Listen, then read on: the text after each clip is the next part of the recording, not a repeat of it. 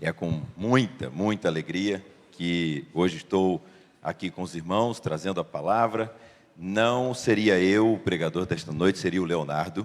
Mas o Leonardo disse que teria dificuldade de estar aqui, mas eu vi o meu netinho aqui, então o Leonardo já chegou também. É pena que eu não estou vendo o Leonardo, senão seria ele a pregar. Cadê? Não? Então a próxima é sua. Né? Ele veio desarrumado.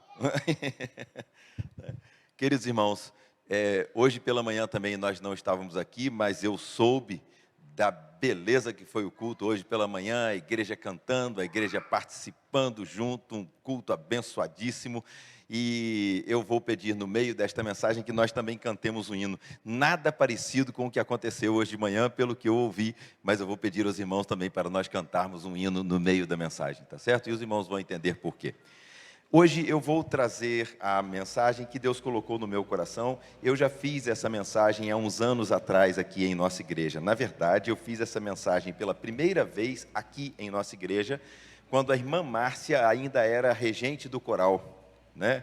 E a irmã Márcia, descendo para a apresentação do coral, ela encontrando comigo na escada, no iniciozinho da escada, ela falou assim: gostaria tanto que você falasse, mas eu não tive tempo de falar com você. Falasse o quê? Que você pregasse enquanto o coro canta. Eu falei assim: posso fazer. Aí ela disse assim: mas eu queria que fosse Isaías 6. Eu falei assim: posso fazer. E naquela noite, quando eu peguei a palavra e comecei a abrir a palavra e ler a palavra, eu entendi o que já uma vez outra repeti e vou repetir aqui esta noite mais uma vez para os irmãos. E o que nos diz o livro de Isaías, de verdade, na verdade, no capítulo 6? Se quisermos aprender a forma de cultuarmos, ou se quisermos aprender a importância da estrutura disso que fazemos, que é o culto, uma boa referência na Bíblia é o capítulo 6 de Isaías.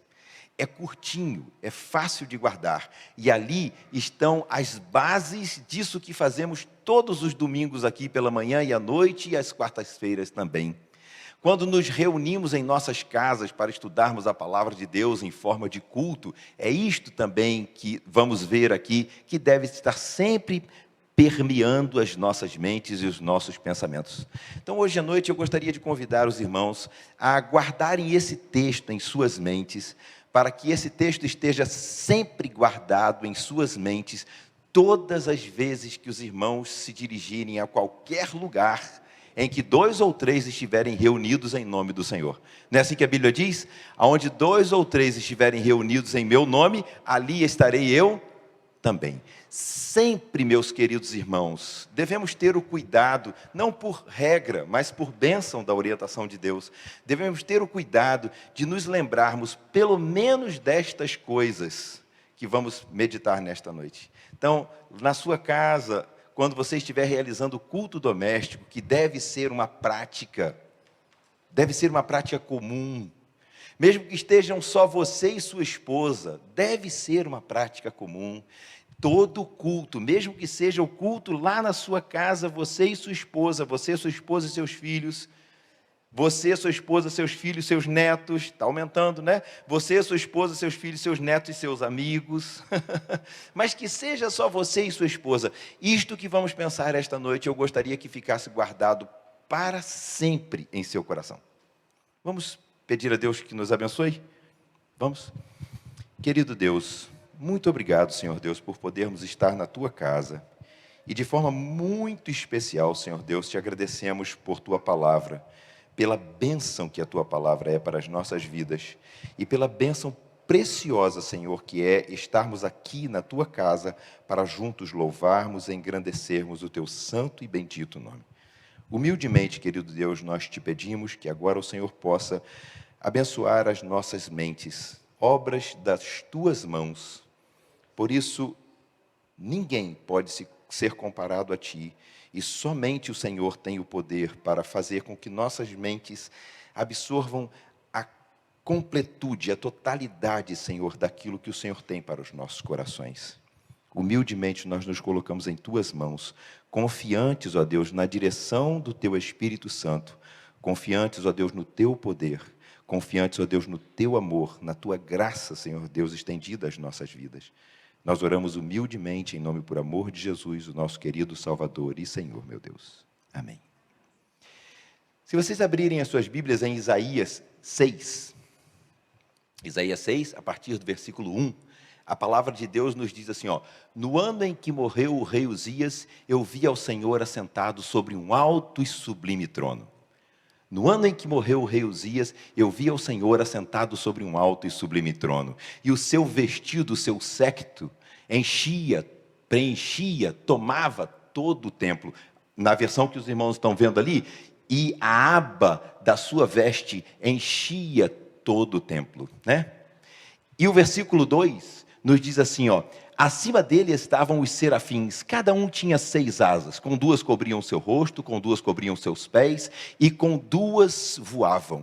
E eles diziam e proclamavam uns aos outros, Santo, Santo, Santo é o Senhor dos exércitos, toda a terra está cheia da sua glória.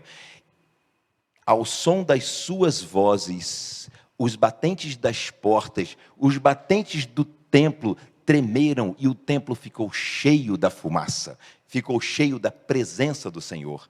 Então eu gritei, como vocês estão ouvindo, né? Ai de mim, estou perdido. Em outra versão diz, ai de mim, porque vou morrer. Ai de mim, que vou perecendo, porque eu sou um homem de lábios impuros, que habito no meio de um povo de impuros lábios, e os meus olhos viram o Rei, viram o Senhor dos exércitos. Logo, um dos serafins, então, voou até mim, trazendo uma brasa viva que havia tirado do altar com uma tenaz. E com ela tocou a minha boca e disse, veja, isto tocou os seus lábios, por isso a sua culpa será removida e o seu pecado será perdoado. Então eu ouvi a voz do Senhor clamando, a voz do Senhor que dizia, a quem enviarei? Quem há de ir por nós? E eu respondi, eis-me aqui, Senhor, envia-me a mim. Quantas vezes nós, nas programações de missões mundiais, missões nacionais, nas programações de evangelismo, nós repetimos essa frase, né? Eis-me aqui, Senhor, envia-me a mim. Não é isto? E aí, pode continuar. E eu disse, vá e diga a este povo, e Deus disse, vá e diga a este povo, estejam sempre ouvindo, mas nunca entendam, estejam sempre vendo e jamais percebam. Torne insensível o coração deste povo, torne surdos os seus ouvidos e feche os seus olhos, que eles não vejam com os olhos, nem ouçam com os ouvidos, e não entendam com o coração, para que não se convertam e sejam curados. Impressionante, pode voltar o último versículo? Olha o final deste versículo, para que não se convertam e sejam curados. Vamos fazer de forma diferente. Se tudo isso for feito, haverá conversão e haverá mudança de vida. Este é o objetivo. Vamos começar então? Passo a passo. Vamos andar no texto da palavra de Deus. Não é isso? No ano em que morreu o rei Uzias, diz o profeta Isaías, eu vi ao Senhor assentado sobre um alto e sublime trono. Isto faz uma referência histórica para a gente. No ano em que morreu o rei Uzias, o povo estava bastante afastado do Senhor, mas com um ritualismo muito rico. O povo se apegava muito ao rito, o povo se apegava muito às ordens, o povo se apegava muito à estrutura do louvor, à estrutura do culto. Os homens tomavam muito cuidado ao se apresentarem para o culto, eles vinham com suas vestes preparadas e de uma forma toda muito especial. Então, o ritualismo, a religiosidade, não por todo o povo, mas por alguns, era muito marcada. Isto serve como referência também para entendermos. Vejam, no ano em que morreu o rei Uzias, guardem isso, neste ano, quando o povo prestava muita atenção para o ritual, para a forma do culto, para a maneira de se apresentar na casa do Senhor, neste ano, nesta época, Isaías diz, eu vi ao Senhor assentado sobre um alto e sublime trono. Eu já fiz isso uma vez, vou fazer segunda vez com vocês. Imaginem agora que nós estamos aqui, chegamos para o culto, estamos todos sentados, entramos no templo e, para nossa surpresa, para nosso espanto, para nosso temor, ao chegarmos aqui, nos deparamos com o próprio Deus assentado sobre um alto e sublime trono. Era essa a condição que Isaías se encontrava. Numa visão, ele se encontrou com o Senhor num templo onde estavam Isaías e o Senhor assentado sobre um alto e sublime trono. E o seu séquito, o seu vestido real, cobria todo o templo. Isto quer dizer que a sua autoridade enchia todo aquele lugar. E a casa se encheu de fumaça. É como uma referência ao Espírito, às coisas espirituais. O Espírito Santo de Deus tomava conta de todo aquele lugar. E era tão grande a presença do Senhor, que a estrutura do templo era sacudida pelo poder da presença do Senhor. Você já pensou? Deixe a sua imaginação agora, deixe o Senhor trabalhar na sua imaginação, deixe o Senhor trabalhar na sua inteligência. E eu suplico a Deus que Ele possa trabalhar na sua sensibilidade, para você perceber a grandiosidade deste momento. Isaías, então, encontrando-se na presença do Senhor, percebendo todo o poder do Senhor, percebendo toda a autoridade do Senhor, percebendo a presença viva do Espírito Santo naquele lugar. O que é que Isaías diz? O que é que Isaías diz? Ai de mim! Ai de mim! Mas antes de Isaías dizer isso, ele percebeu que os serafins são anjos citados aí, e somente aí, e depois no livro de Apocalipse. Em nenhum outro lugar na Bíblia, a Bíblia faz referência aos serafins.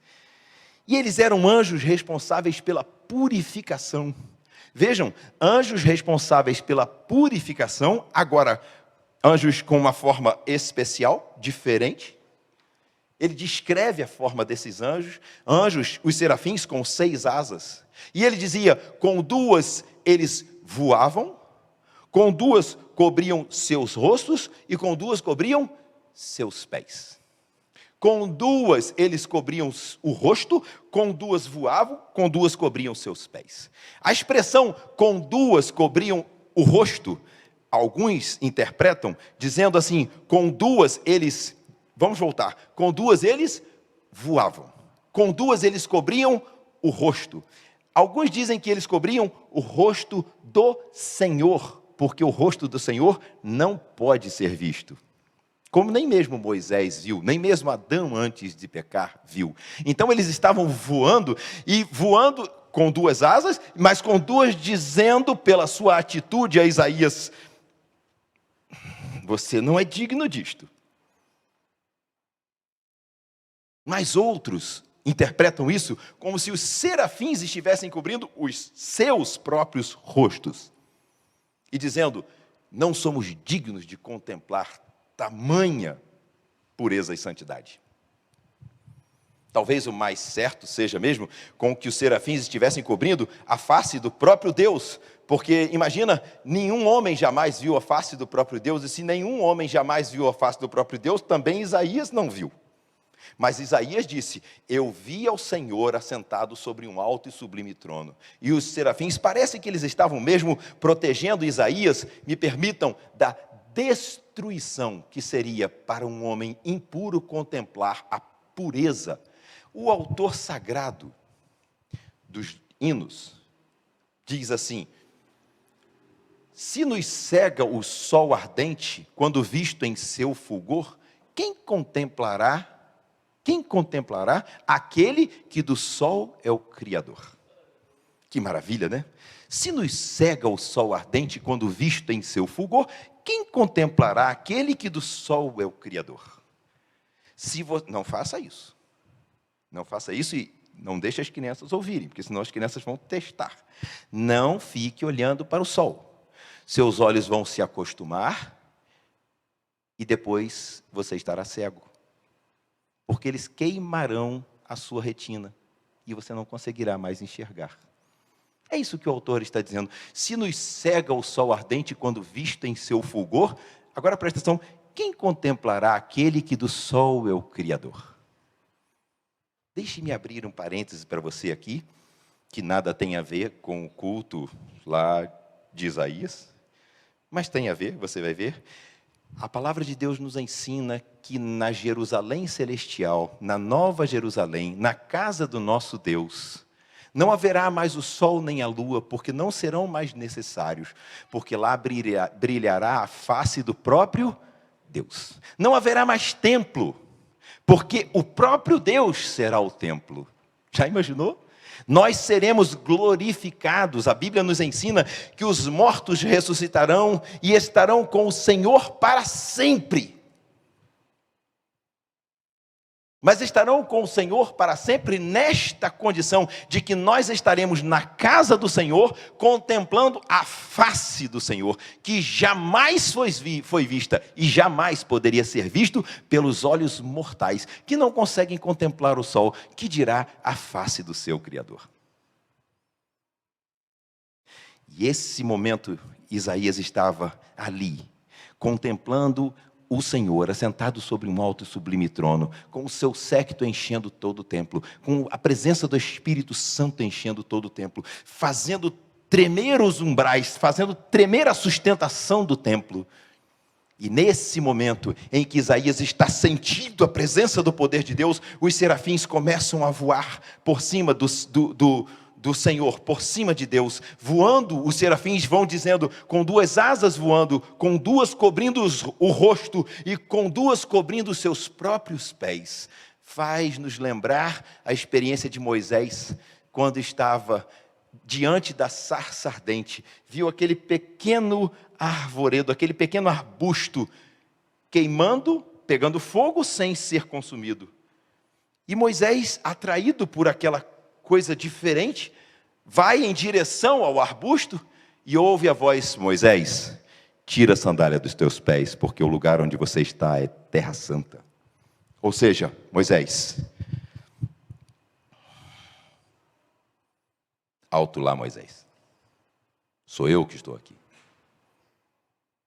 E os serafins agora na presença de Isaías, voando sobre o Senhor, eles vão voando com duas asas, com duas vão protegendo Isaías da sua destruição, pela misericórdia de Deus, e com duas vão dizendo a Isaías: este lugar é santo. Quando Isaías percebe esta condição, Isaías diz, como um grito, na versão que nós lemos: ai de mim que vou perecendo, porque sou um homem de lábios impuros, que habito no meio de um povo de impuros lábios. A palavra de Deus nos ensina, em Romanos 3:23 e 6:23, porque todos pecaram e destituídos estão da glória de Deus. O salário do pecado é a morte.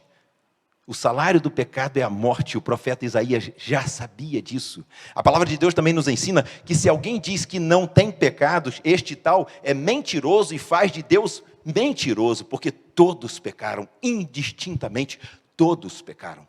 Nunca, jamais na história da humanidade houve um santo sequer. Nunca, jamais na história da humanidade houve alguém que não tivesse pecado e pudesse dignamente ser reconhecido como santo. Por quê? Porque se alguém tivesse sido santo, meu querido irmão, essa pessoa teria vencido o pecado. E se essa pessoa tivesse vencido o pecado estaria já vencido.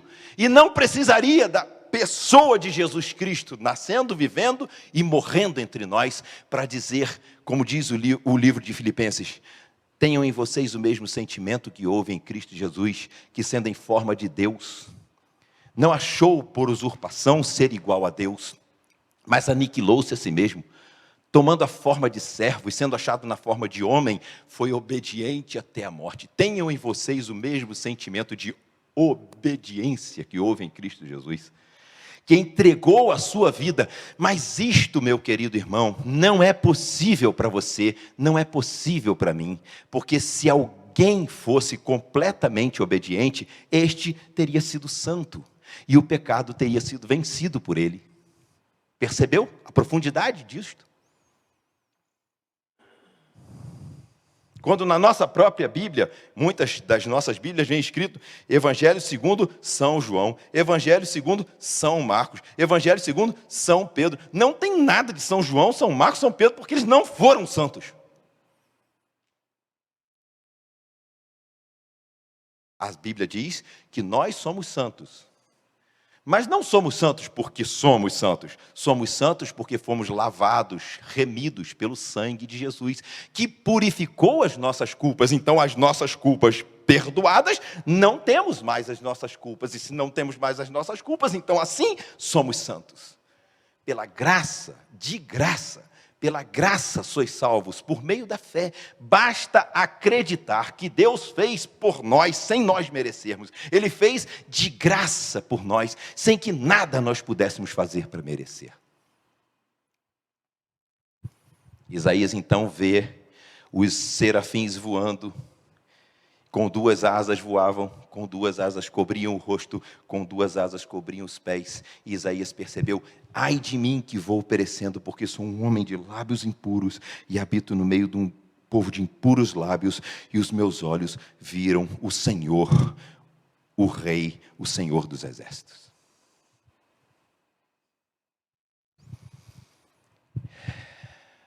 Rosali está aí? Não, que pena. Eu não sei se mais alguém sabe, mas eu vou pedir à irmã Sandra, eu vou pedir aos irmãos do piano, que nós cantemos agora o hino de número 9. Eu perguntei da Rosali, porque a Rosali sabe fazer um contracanto muito bonito, mas se alguém souber fazer esse contracanto, eu peço que faça. Nós vamos cantar o hino de número 9. O hino de número 9, meus queridos irmãos, deixem atenção, podem deixar os instrumentistas, os regentes, eles vão se mexendo. O hino de número 9 é uma expressão deste momento, quando os serafins voavam sobre o Senhor e diziam: santo, santo, santo. É isso que nós vamos cantar agora. Nós vamos cantar só a primeira estrofe, só para termos a sensação de estarmos ouvindo um coral de serafins. Nem se aproxima. Nem se aproxima. Poderíamos colocar aqui o coral Celebrai, poderíamos colocar o coral Celebrai elevado à enésima potência, e ainda assim não seria parecido com o coral dos serafins que cantavam: santo, santo, santo, santo é o Senhor dos Exércitos, toda a terra está cheia da sua glória. Vamos cantar a primeira estrofe? Vamos?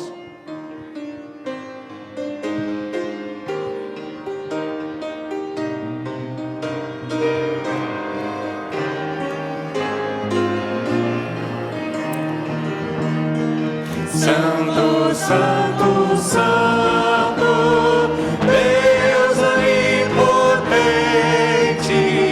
cedo de manhã cantaremos seu louvor. Santo, santo, santo, Deus Jeová triuno, és um só Deus, excelso Criador. Mais uma vez a primeira estrofe? A primeira estrofe. Santo, santo, santo, Deus onipotente, cedo de manhã cantaremos seu louvor. Santo, santo, santo, Deus Jeová triuno, és um só Deus, excelso Criador. Se você abrir a sua Bíblia, lá em 1 João, na carta de 1 João, na primeira carta de João,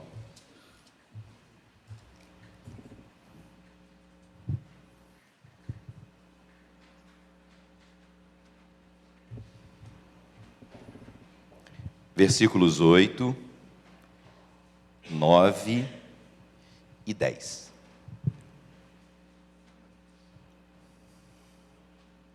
Vamos voltar? Aonde nós estamos? Junto com Isaías, aonde? No templo. Quem está no templo? Quem está no templo? Deus, os serafins e Isaías. O Santíssimo e Poderoso Deus, os puros serafins, adorando a Deus, dizendo, como a Bíblia nos ensina, santo, santo, santo, 3 vezes, era aquilo que realmente confirmava como testemunho. Não precisava dizer nem 4, nem se dizia 2, quando se fazia uma coisa por 3 vezes, era a confirmação de que aquilo era verdade. Era isso que esses serafins estavam fazendo. Santo, santo, santo é o Senhor dos exércitos, toda a terra está cheia da sua glória. Aí vai Isaías e contemplando tudo aquilo, e ele faz a única coisa que cabia. Ele teme a morte, porque ele reconhece quem ele era. Ai de mim que vou perecendo, porque sou um homem de lábios impuros e habito no meio de um povo de impuros lábios. O que nós sabemos? A boca fala aquilo de que está cheio o coração. Na verdade, Isaías estava dizendo: eu sou um homem de coração impuro, eu sou um pecador. Quem estava dizendo isso não era outro, senão o grande profeta Isaías. Imagina.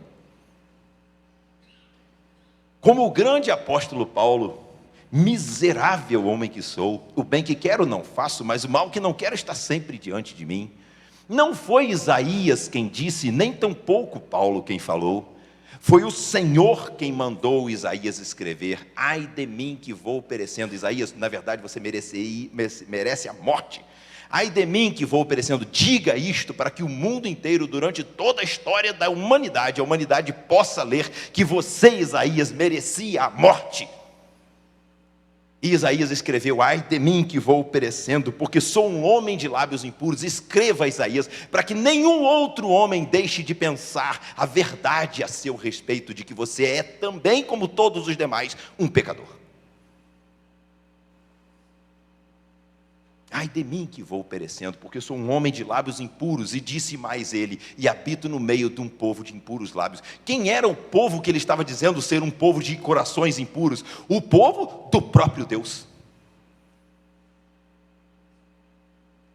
Com frequência eu ouvia papai dizer: filho, a igreja é de Deus, mas feita por homens. Filho, a igreja é de Deus, mas feita por homens. Filho, a igreja de Deus, e todos nós somos humanos. E a palavra de Deus, em 1 João, nos diz assim: se dissermos que não temos pecado, enganamo-nos a nós mesmos, e não há verdade em nós. Se dissermos que não temos pecado, enganamo-nos a nós mesmos, e não há verdade em nós. Isaías, se deparando com a presença de Deus, com o poder de Deus, curvou-se à verdade e confessou. Isaías, Ricardo, confessou para que eu e você hoje pudéssemos ler: ai de mim que vou perecendo. Quando você entrar, meu querido irmão, neste templo, ou quando você entrar em qualquer outro lugar, quando você estiver com qualquer outra pessoa, Romualdo, reunida em nome de Deus, entenda, ali está o Senhor, e a nossa atitude deve ser tal qual a de Isaías. Se reconhecemos que o Senhor está, quando 2 ou 3 de nós se reúnem, se o Senhor está, é como se estivéssemos no lugar de Isaías, onde o Senhor também estava. E na presença do Senhor, Marquinho, não tem outra coisa, só tem um jeito. Na presença do Senhor nós temos que sempre reconhecer quem nós somos. Mas para reconhecer quem nós somos, nós temos que primeiro reconhecer quem Deus é. Então, quando o irmão entrar por aquela porta adentro, meu irmão, entre por aquela porta adentro sabendo: eu agora vou entrar num lugar onde as pessoas se reúnem para cultuar, para louvar, para engrandecer a Deus. Quando o irmão entrar no seu quarto sozinho para falar com Deus, feche a porta e saiba que junto com o irmão estará o próprio Deus, meu querido irmão. É isto que Deus nos permite, é isso que Ele nos faculta. Venham a mim, Ele nos convida. Mas quando formos a Deus, temos que lembrar quem Ele é. Não tenho nada contra, não tenho nada contra a quem começa a oração: Paizinho querido, você que me ouve. Não tenho nada contra. Porque pode ter mais respeito neste do que o outro que diz: Excelentíssimo Senhor Deus. Esse pode estar dizendo só da boca para fora. Mas seja paizinho querido, o Senhor nosso Deus, não se esqueça de que é na presença de Deus que você está, o Criador do universo.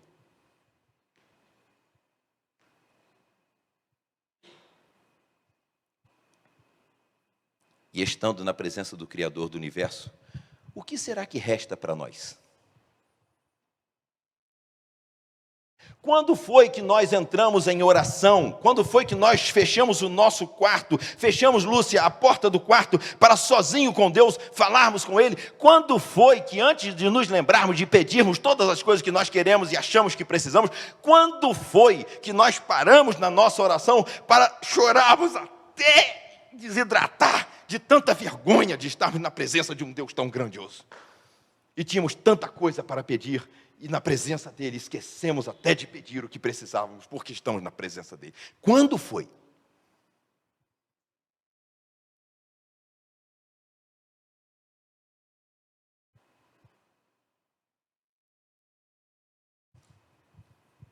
Parece que o céu e a terra são duas coisas separadas.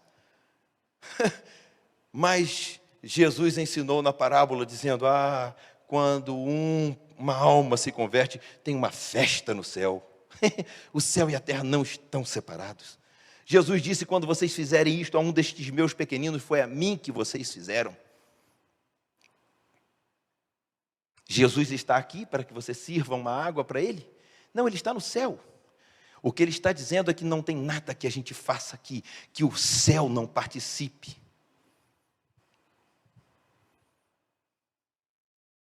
Que não seja levado ao céu.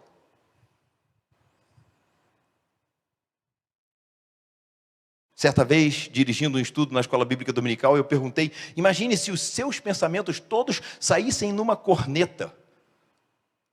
A Lúcia talvez nem se lembre disso, mas ela disse: Edeltinho? Não quero nem pensar. Sim, é o de todos nós. É o de todos nós.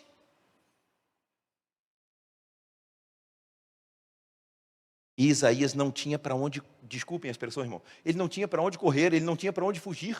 Ele estava no templo, na presença de Deus, na presença dos serafins. E por que é que você, que recebeu a promessa de Jesus, que você pode estar com Ele, que você pode falar com Ele, que Ele vai te ouvir, que aonde você estiver, Ele vai estar com você, que Ele não vai te deixar sozinho, onde você imagina que Jesus tendo dito: vou mandar para vocês o meu Espírito Santo para que vocês nunca fiquem sozinhos até o dia que eu voltar?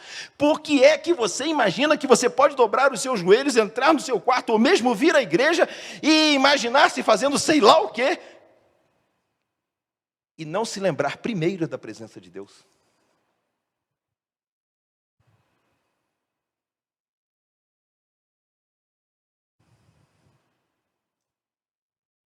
A Bíblia ainda diz mais: quer vocês comam, quer vocês bebam, quer vocês façam qualquer outra coisa, façam tudo para a glória de Deus, como se estivessem na presença dEle.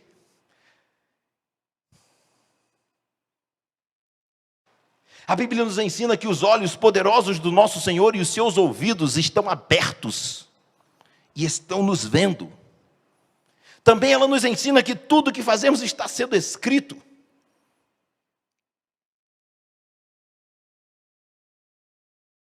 A Bíblia também nos ensina que devemos falar da palavra do Senhor assentados ou andando pelo caminho, quando nos deitarmos e quando nos levantarmos, o tempo inteiro.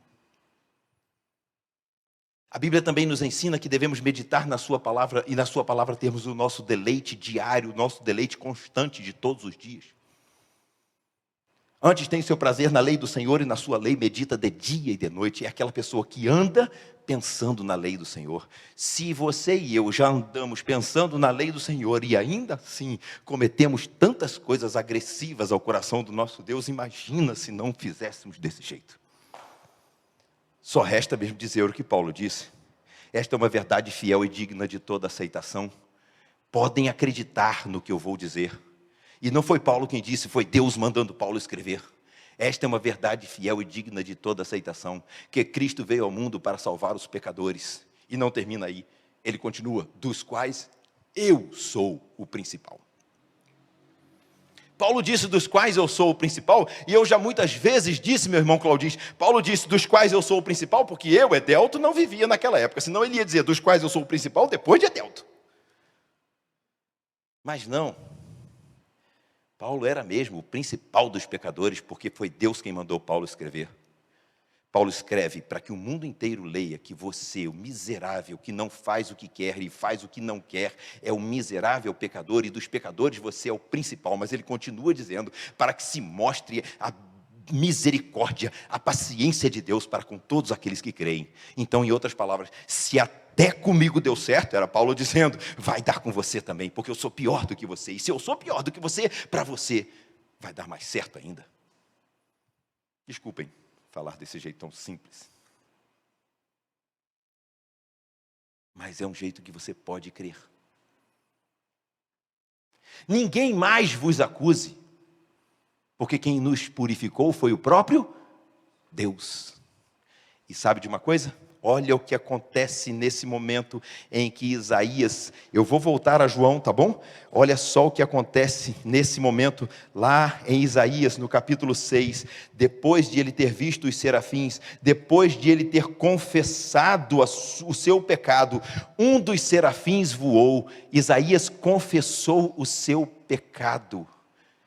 Deixa eu voltar, antes de Isaías confessar o pecado, lá em João, 1 João, no capítulo 1, versículo 9, diz assim, ó, se confessarmos os nossos pecados, o versículo 8 que nós acabamos de ler, diz assim, ó, se dissermos que não temos pecado, enganamo-nos a nós mesmos e não há verdade em nós, ou seja, somos mentirosos. Mas se confessarmos os nossos pecados, Ele é fiel e justo para nos purificar os pecados para nos perdoar os pecados e nos purificar de toda injustiça.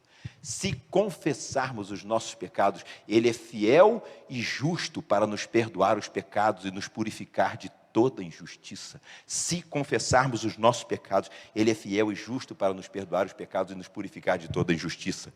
Deixe-me dizer uma coisa, Deus sabe do que você fez antes mesmo de você fazer. Não dá para isso caber, isso não cabe na inteligência da gente, né? Mas antes de eu dar o próximo passo, Ele já sabia a direção e a extensão desse meu próximo passo. Deus sabe o meu ontem, o meu hoje e o meu amanhã, muito antes de eu existir. Ele sabe os meus pensamentos, muito antes deles terem sido formados na minha cabeça. Ele sabe. Para que então eu preciso confessar? Ele diz, se confessarmos os nossos pecados, Ele é fiel e justo para nos... Então nós precisamos confessar. Ele é fiel e justo para nos perdoar os pecados e nos purificar de toda injustiça. Sabe por que você precisa confessar, meu irmão, e eu também? Porque, não sei se serei claro, mas vou tentar. Quando a gente chega diante de Deus e confessa o nosso pecado, sabendo que Ele pode nos destruir pelo pecado, nós estamos dizendo, Senhor, eu já sei que o Senhor sabe, mas eu quero ser honesto com a minha voz e dizer ao Senhor quem sou eu, porque também eu vou dizer ao Senhor que já sei quem o Senhor é e sei que a sua misericórdia se renova todas as manhãs. Então, a atitude de confessarmos o pecado é uma profunda atitude de fé e amor e confiança na misericórdia de Deus. Por isso que é tão doce para o coração de Deus confessarmos. Isaías, encontrando-se na presença do Senhor, não teve outra saída. Ele confessou o seu pecado. Ai de mim que vou perecendo, porque sou um homem de lábios impuros e habito no meio de um povo de impuros lábios, e os meus olhos contemplaram o Senhor. Então, um dos serafins saiu voando e tomou com uma tenaz, uma brasa do altar, e voando em minha direção, tocou os meus lábios. No dia em que eu estava pela primeira vez pregando sobre esse texto, como disse aos irmãos no início, eu fiquei me imaginando na situação de Isaías, vendo a glória do Senhor, confessando o seu pecado e vendo aquele serafim voando na direção dele.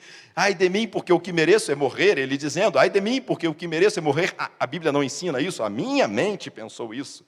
Eu fiquei me imaginando no lugar de Isaías, e Carla, eu me senti no lugar de Isaías, e vendo o serafim voando na minha direção, eu pensei, se estivesse no lugar de Isaías, eu teria pensado assim, mereço morrer e vou morrer queimado. Estou vendo um serafim agora voando na minha direção, foi lá no altar, pegou uma brasa, não pegou com a mão própria. O anjo não pegou a brasa do altar com a mão própria, porque estava quente. Ele voa com uma tenaz na minha direção, vai fazer o quê? Vai me queimar. E o fogo já era o símbolo de purificação para o povo. Então Isaías sabia que aquele lugar seria purificado. E todo o pecado seria tirado daquele lugar, porque aquele lugar era santo onde estava o Senhor. E agora o serafim voa na direção de Isaías e vai tocar Isaías, e toca onde Isaías disse que era impuro. Eu sou um homem de lábios impuros e habito no meio de um povo de impuros lábios. Não interessa onde esteja a impureza da sua vida, o Senhor sabe, e é aí que Ele quer tocar nesta noite. Ele quer tocar no seu coração. Mas surpresa para mim é que o serafim tocou os lábios de Isaías, os seus impuros lábios, o seu impuro coração. E Isaías não foi queimado, porque não está no coração do Senhor a intenção de nos destruir. Está no coração do Senhor a intenção de nos purificar. E Ele faz a sua vontade. E a vontade dEle é que todos sejam salvos. E Isaías confiou nisso. E o serafim voou em sua direção, tocou os seus lábios e disse: perdoados estão os teus pecados e purificada a tua iniquidade. Posso voltar?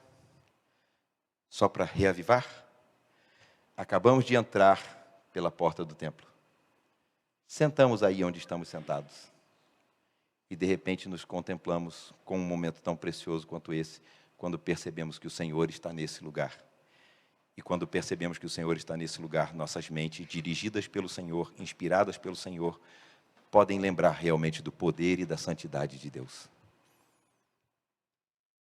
E também nossas mentes, com justiça, lembram-se da nossa iniquidade, da impiedade do nosso coração. E também nossos corações e nossas bocas com humildade. E você pode fazer isso agora, para ninguém ouvir, só você. Você pode fazer isso agora. Você pode fazer isso agora. Agora você pode fechar os seus olhos, curvar a sua cabeça e dizer: Senhor, nem dá tempo agora de eu confessar todos os meus pecados, aquelas coisas que eu sei que entristecem o coração do Senhor. E talvez você possa ainda fazer como o salmista: Senhor, perdoa a multidão dos meus pecados, mas perdoa também, Senhor, até aqueles que me são ocultos. Perdoa os meus pecados, Senhor Deus, aqueles que eu conheço, mas perdoa também até aqueles que eu não conheço. Quantas vezes podemos fazer coisas que são erradas? Há caminhos que aos homens parecem ser bons, mas o seu fim não é o melhor.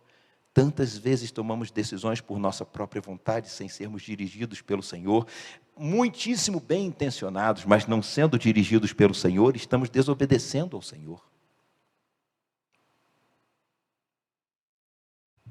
Então agora, nesse momento, você tem a oportunidade de dizer: ah, Senhor, eu estou aqui, eu reconheço a Tua santidade, eu reconheço a Tua grandeza, eu reconheço o Teu poder, e eu reconheço que sou pecador, e eu confesso que sou pecador. Sei que os céus declaram a Tua glória, eu sei que os anjos cantam em Teu louvor, e eu sei que eu sou um miserável pecador. Senhor, eu Te confesso o meu pecado, porque eu confio que o Senhor também pode fazer comigo, como fez com Isaías, e purificar o meu pecado. Purifica, Senhor, o meu pecado, perdoa-me, Senhor. Faz-me limpo diante do Senhor, para que eu possa estar diante do Senhor. Somente depois de tudo isso ter acontecido, é que o Senhor, que estava naquele templo, falou. Júnior, o Senhor não tinha falado uma palavra até aquele momento. Às vezes você e eu entramos no nosso quarto, fechamos a porta e vamos orar e pedir a direção do Senhor. Pedir que o Senhor nos abençoe, pedir que o Senhor nos dirija, pedir que o Senhor atenda ao nosso pedido, pedir que o Senhor nos socorra em nossa necessidade. Mas não honramos ao Senhor com a honra que Ele merece, não nos arrependemos dos nossos pecados, não confessamos os nossos pecados, não pedimos perdão dos nossos pecados, não ouvimos o Senhor nos perdoando os pecados. E aí, é por isso que queremos tanto, Ricardo, às vezes ouvir a voz do Senhor e parece que o Senhor não fala. Nós estamos querendo ouvir a voz do Senhor e parece que o Senhor não fala. Já se deparou com uma situação como essa na sua vida? Quando você precisa da direção de Deus, quando você precisa da resposta de Deus, e você pede, e o Senhor parece que está quieto, não está te ouvindo. É porque o Senhor vai falar depois que seus ouvidos estiverem prontos para ouvir. Mas os ouvidos de Isaías só estavam prontos para ouvir depois que ele reconheceu a glória de Deus, depois que ele confessou a glória de Deus, depois que ele reconheceu os seus pecados, depois que ele reconheceu os seus pecados e confessou os seus pecados. E depois de ter sido purificado, a Bíblia diz, então eu ouvi a voz do Senhor. Então eu ouvi a voz do Senhor. Quando você entrar aqui domingo que vem ou quarta-feira, não se esqueça disso. Nunca mais se esqueça disso. Quando você entrar no seu quarto, quando você se sentar para realizar um culto, lembre-se, é ao Senhor que você está cultuando. E não podemos ficar na presença do Senhor sem reconhecer a sua glória e sem reconhecer a nossa impiedade, a nossa impureza, os nossos pecados. E não podemos permanecer na presença do Senhor sem confessarmos os nossos pecados. E se estas coisas não acontecerem e nossos ouvidos não estarão prontos para ouvirem a voz do Senhor, você consegue ouvir a voz do Senhor de forma clara em sua vida?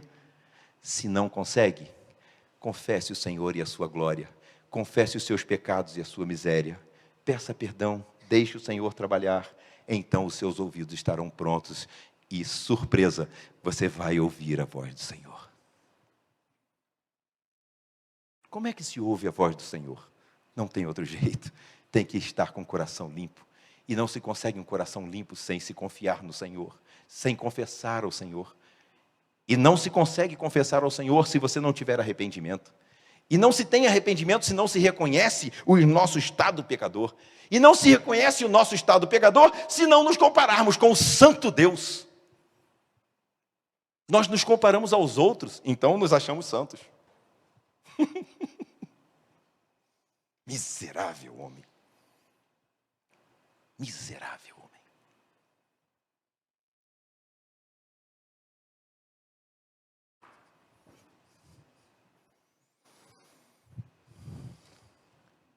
João diz assim, se confessarmos os nossos pecados, Ele é fiel e justo para nos perdoar os pecados. Se confessarmos os nossos pecados, Ele é fiel. Uma vez eu ouvi um pastor dizendo que aquele hino, Tu és fiel, Senhor, me dá até vontade de cantar esse hino agora. Eu acho que eu vou cantar. Podem ficar sentadinhos aí, mas eu acho que nós vamos cantar. Porque esse pastor uma vez fez uma mensagem sobre esse hino, Tu és fiel, Senhor, e o hino diz, fiel a mim. E ele fez uma mensagem inteirinha dizendo que Deus não é fiel a nós, Ele é fiel a si mesmo. E provou lá com a hermenêutica dele, ele provou que Deus era fiel a si próprio e não a nós. Não, Deus é fiel a si próprio e a nós. Ele é fiel e justo. Fiel a nós e justo para conosco. Ele é fiel. Por que Ele é fiel, meu querido irmão? Porque o coração dele não é como o seu.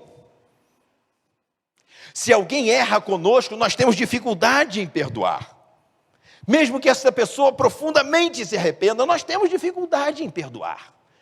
Mas a palavra do filho pródigo mostra um filho que abandonou o seu pai, gastou, jogou tudo que tinha do seu pai fora. E um dia esse filho arrependido volta, e ele disse ao pai, pai, pequei contra o céu e perante ti, já não sou digno de ser chamado teu filho. Ele confessou.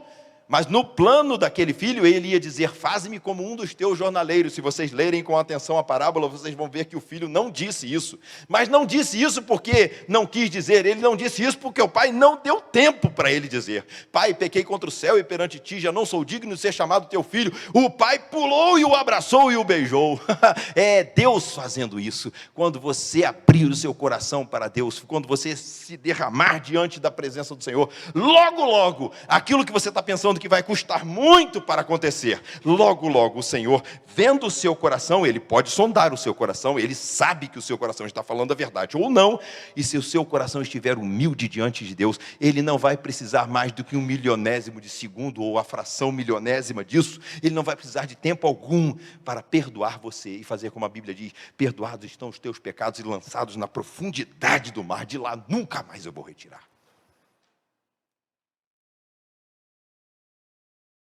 E o abraço é imediato. Porque Ele não te quer como servo só, Ele agora te quer como amigo e filho. É diferente. E a gente se esquece disso. Ele é fiel, mas Ele é fiel e Ele é justo. Ele é justo para nos perdoar os pecados, porque Ele pagou o preço. Ele não perdoa os nossos pecados só com o poder dele. Estão perdoados os teus pecados. Para perdoar os pecados, Ele pagou a conta.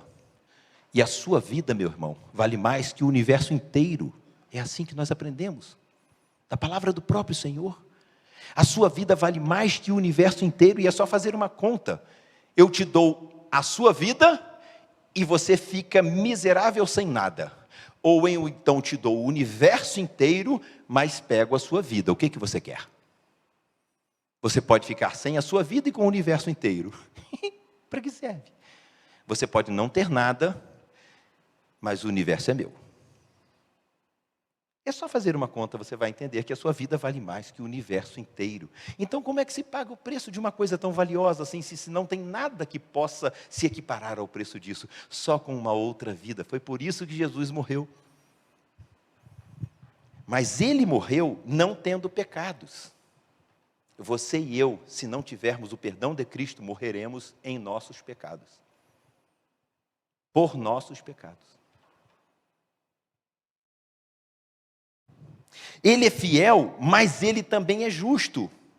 Porque Ele disse a todos quantos o receberam, deu-lhes o poder de serem chamados filhos de Deus. A saber, os que creram no seu nome.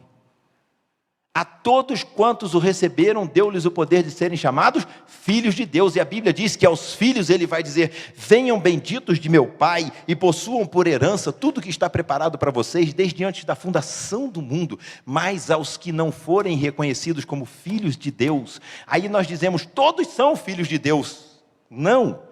Todos somos filhos de Deus porque fomos criados por Ele. Mas a Bíblia nos diz que nós somos novas criaturas, recriados em Cristo Jesus, quando o aceitamos como nosso Senhor e Salvador. Então, me perdoe, nós não somos aqui preconceituosos, não, nós só estamos avisando. Você pode receber Jesus como seu Senhor e Salvador. E se você receber Jesus como seu Senhor e Salvador, você está confessando que crê que Ele é o Filho de Deus. Você está dando a honra a Ele como sendo o único Filho de Deus. E por você dar a Ele a honra de ser o único Filho de Deus reconhecido pelo seu coração, Ele reconhece você também como Filho de Deus. A todos quantos o receberam, deu-lhes o poder de serem chamados filhos de Deus. A saber, os que creram no seu nome. Percebe isso? A Bíblia é maravilhosa, não é? É esse livro maravilhoso que o mundo não conhece, que diz que é um livro, sei lá o que o mundo diz. Se dissermos que não temos pecado, fazemos Deus mentiroso e a sua palavra não está em nós. A palavra de Deus está dizendo aqui. Se dissermos que não temos pecado, fazemos Deus mentiroso e a sua palavra não está em nós. Lá em Isaías ainda, eu já estou terminando. Depois disto, eu ouvi a voz do Senhor. O nosso culto ainda não terminou, né? Vai terminar agora. Depois disto, eu ouvi a voz do Senhor. Depois disto o quê, meus queridos irmãos?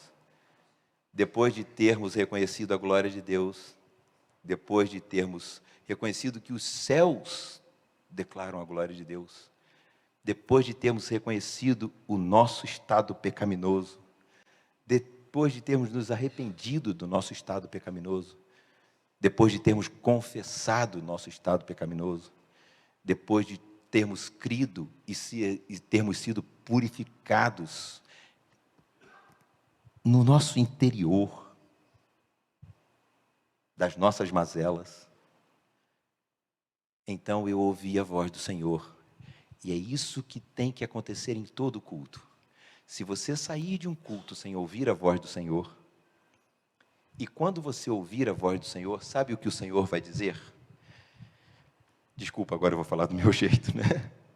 Tá bom, você reconheceu quem eu sou, você reconheceu quem você é, você pediu perdão, você confessou os seus pecados, você foi perdoado, e eu agora vou te dizer o que eu quero dizer.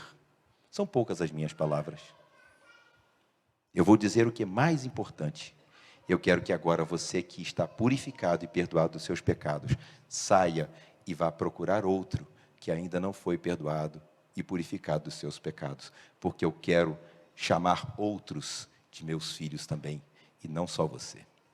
Essa é a essência do amor de Deus. Numa mensagem curta, numa palavra breve, com poucas palavras, Deus disse a Isaías o que estava no fundo do coração dele. E o que estava no fundo do coração de Deus era: a quem enviarei e quem há de ir por nós? A quem enviarei e quem há de ir por nós? Antes de Isaías responder, antes de você responder, deixe-me dizer uma coisa. Por que Deus fez essa pergunta? A quem enviarei e quem há de ir por nós? Quem poderia ser enviado? Quem eram os que estavam ali no culto? Vamos voltar? Deus, os serafins e Isaías. A quem enviarei e quem há de ir por nós? Por mim, pelos serafins e por você, Isaías. Quem é que pode ir? Deus, se viesse, todos seríamos mortos.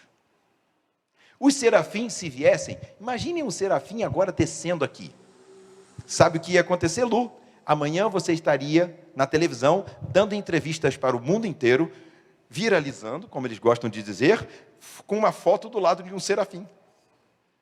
E ao sair na rua, as pessoas iam adorar você. Porque você viu um serafim. Você se tornaria uma celebridade, um ídolo para o mundo.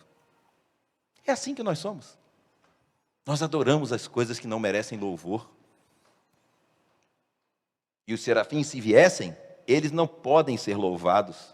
João, quando falou ao anjo e se ajoelhou, o anjo disse: levanta. Não, eu não. Só o Senhor merece o louvor. Mas se o serafim viesse, nós o adoraríamos. Aí você vai dizer: eu não. Deixa um serafim descer para você ver se você não vai sair contando para todo mundo amanhã que você é muito importante e estava até naquele culto que o serafim desceu. Você vai ver que logo, logo você está se achando o fera, o escolhido. Ou não. Se te conforta, eu não sei se te conforta, eu acho que eu ia ter que pedir ao Quito, me ajuda, rapaz, senão eu vou contar muita lorota dizendo que conversei com esse serafim. Então, de todos que estavam ali, Deus, os anjos e Isaías, só Isaías podia, porque Isaías era daquele povo miserável, de lábios impuros também. Mas eles veriam que a vida de Isaías foi transformada, e tendo visto a transformação na vida de Isaías, eles iriam querer também o mesmo Deus que transformou o coração de Isaías. Percebe a importância que você tem diante de Deus? Você pode ser um instrumento de Deus para trazer outros ao conhecimento do santo e sagrado Deus, nosso Senhor. É para isso que serve o culto e não é para outra coisa. É para isso que você entra no quarto e, fechando a porta, você ora. E pode crer que tudo que você pedir a Jesus, Ele vai atender. Se você pedir em nome dEle, se você pedir para a glória dEle, se você pedir para a honra dEle. Eu quero um carro novo, Senhor. Ele vai ver o seu coração. É para a minha glória? É para me servir? É para me honrar? Tá bom, toma. Não é para me servir? É só para o seu conforto?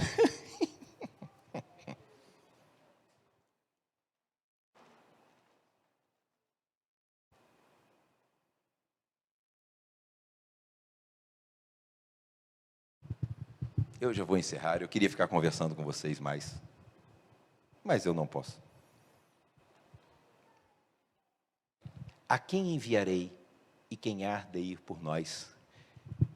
Sabe qual foi a minha sensação quando eu estava lendo esse texto e pensando com a igreja pela primeira vez? Eu me imaginei na presença de Isaías. Olha, quando a gente ouve o coral celebrar e cantar, e quando a gente ouve o coral celebrar aqui na frente cantando Aleluia de Handel, então não dá vontade de ir embora, dá vontade de pedir para cantar de novo e a gente fica sentado por aqui mesmo, não vamos embora não. Você imagina, Ricardo, você ouvir um coral de serafins cantando, nem sei o que é isso, mas com certeza eu não ia querer sair daquele templo.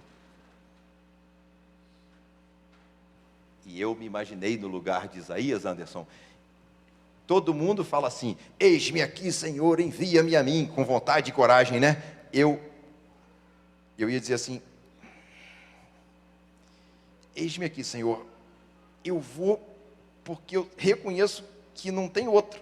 E como eu fui purificado, agora eu posso te levar para aquele povo. Mas, na verdade, eu queria ficar aqui. Pedro, Tiago e João falaram a mesma coisa. Senhor, bom é estarmos aqui, vamos fazer aqui 3 cabanas e vamos ficar por aqui, não vamos sair daqui não. Mas não, nós temos que descer e apresentar Deus ao mundo, para que o mundo possa louvar a Deus e glorificar o seu santo nome. É só por isso que nós somos a Igreja de Cristo, porque se não fosse necessário isso, nós não precisaríamos existir. Nós estamos aqui para, como corpo de Cristo, levarmos Cristo ao conhecimento do mundo. Se você veio à igreja pensando em outra coisa qualquer, a palavra de Deus nesta noite vai dizer para você assim, ó, a quem enviarei? E esta palavra vem com uma pergunta, você está pronto? Você já reconheceu que Deus é Senhor? Você já reconheceu os seus pecados? Você já perdoou os seus pecados? Deus já purificou o seu coração? Você consegue ouvir a palavra de Deus? E mais, você consegue responder obedientemente à palavra de Deus? Tudo isto tem que estar presente num culto. A glória de Deus, o reconhecimento do nosso pecado, o arrependimento do nosso pecado, a confissão do nosso pecado, o perdão do nosso pecado,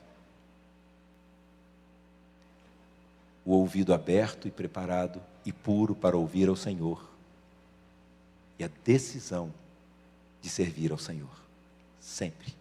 Se o seu culto não tiver estas coisas,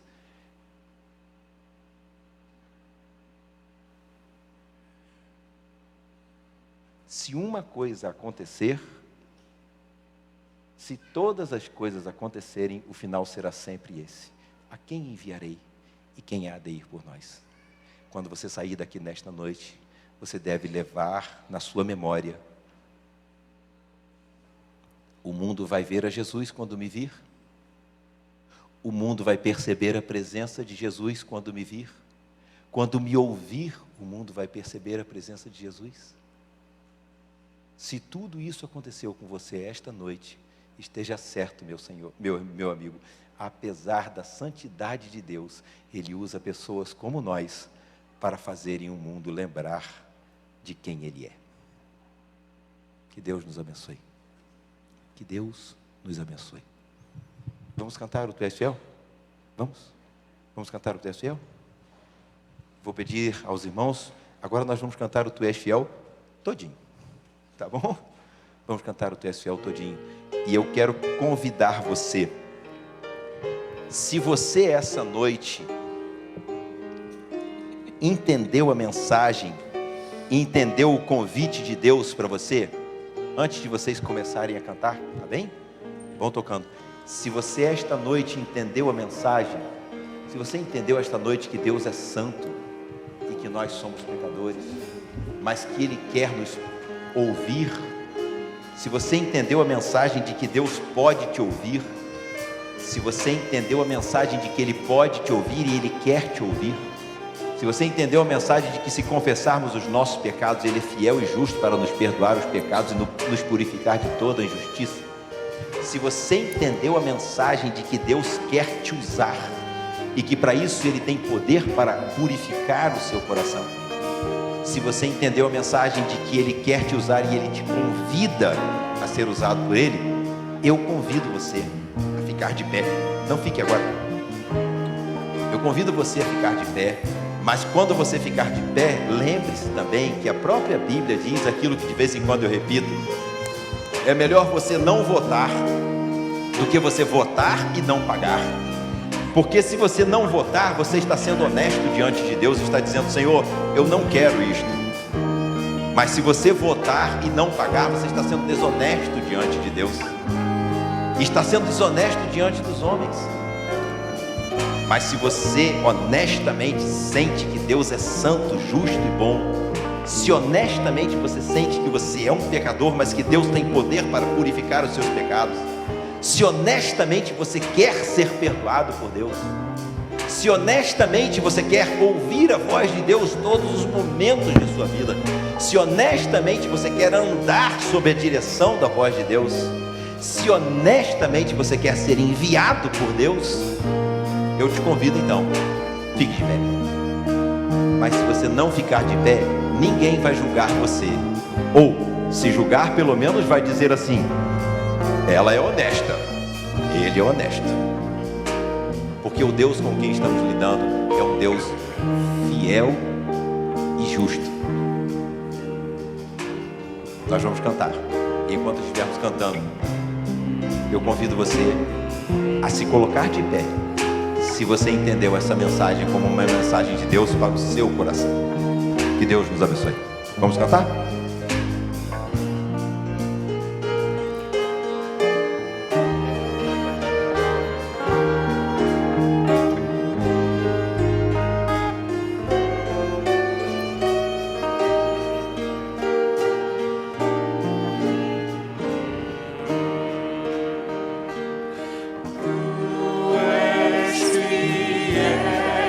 Senhor, meu Pai celeste.